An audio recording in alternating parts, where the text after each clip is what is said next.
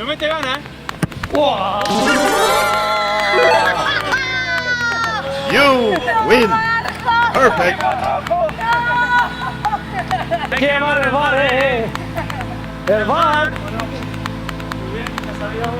Vaya potra, tío. La casa está con el tiempo, sí. No, hay que llamar al VAR. Está muy bien. Hemos competido bien. Primero hay que decir que recoger pelota fue muy malo, muy lento, luego arbitraje también malo. Bueno, pero luego cuando se pierde es normal quejarse, luego en el VAR también no ha sido de nuestra parte, pero bueno, hay que felicitar a los rojos, han competido bien, no han merecido ganar, pero llevan la victoria, pues que lo celebran. Bueno, sabemos que Marco habló antes de tiempo, le echa la culpa al VAR, al árbitro, al utilero, a las pelotas.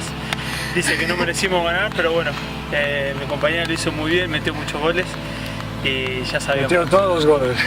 Pues que al final el que primero habla, luego igual tiene que callar y ya está, no hay más. Hemos ganado, felicitarles por lo que han hecho y a celebrar la victoria. Yo exijo la revancha. Es mucha suerte. Tengo mucha suerte.